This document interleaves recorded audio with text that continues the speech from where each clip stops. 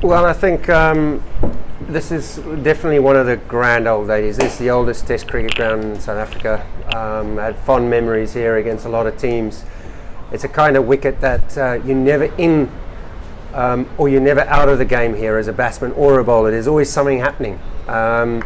It's also a ground where you have to be very creative on as a bowler.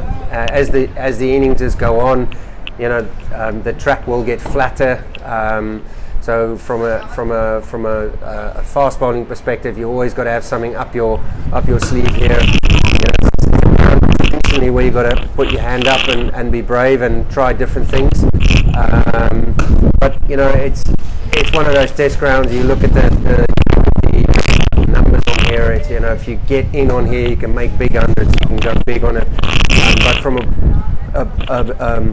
Dale Steyn showed here a few years ago against Australia on a flat pitch that when this ball starts reversing and you've got something in the tank in your creative mindset, then you can take wickets on here. So it's going to be tough work. It's going to be tough work for the bowlers, but also it's a wonderful traditional test venue. I love it here. I've always enjoyed playing in front of this band, the crowd.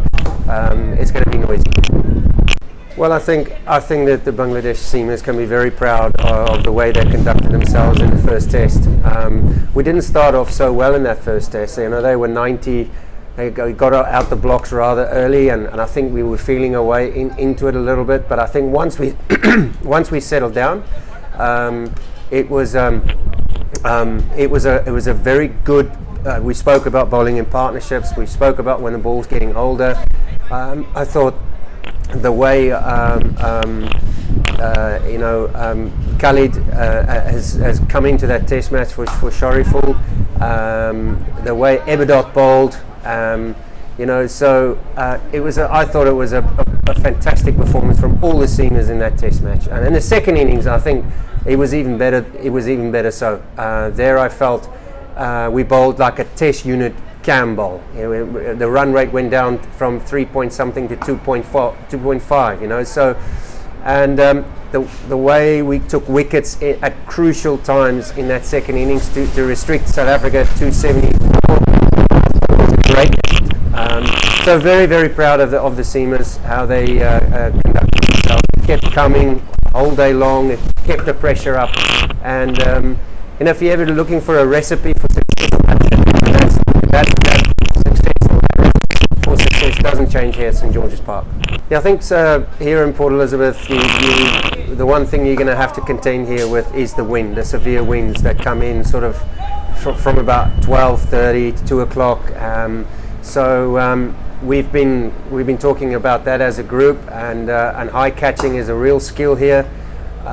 We will have to do a lot of spiral catching, long catching. You've got to know which side of the ground. So over the scoreboard, traditionally the wind comes in late in the afternoon and really does get up to about 45 kilometers an hour winds that you've got to have to deal with. This ground is like a wind tunnel. It goes from the scoreboard to my right across the field, and it sort of keeps swirling. When you're bowling, you almost feel like you're with it, and then all of a sudden you're against it. So the wind continuously swirl.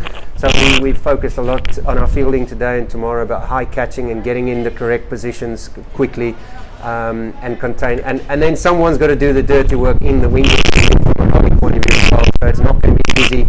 Someone bowling with it and someone bowling against it. So it's going to be tough work. Yeah, we can't speak highly enough of Tuscan and the way he conducted himself. I felt so happy for him in the one day as the way he led the bowling attack. He started getting a little bit of a niggle in his shoulder, and in the first test it gradually got worse. And then second innings he strapped it up and was willing to go even further and do a job for Bangladesh.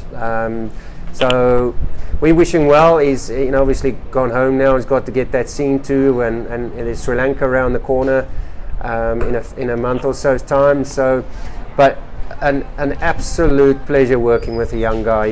He's a great listener. He wants to learn. He's got a proper engine in him. He keeps going through all that pain. I think, and you know, what can I say about the three of them? I thought they were outstanding, especially Tuscan under the pain he was in. You know, it says a lot about his character and also about how much he cares for this team in where the stakes were at its highest and when the pain was at its highest. So well done to him. For more updates, subscribe to our YouTube channel and click on the bell icon. Follow us on Facebook and Instagram. Don't forget to like, comment and share. Visit tsports.com.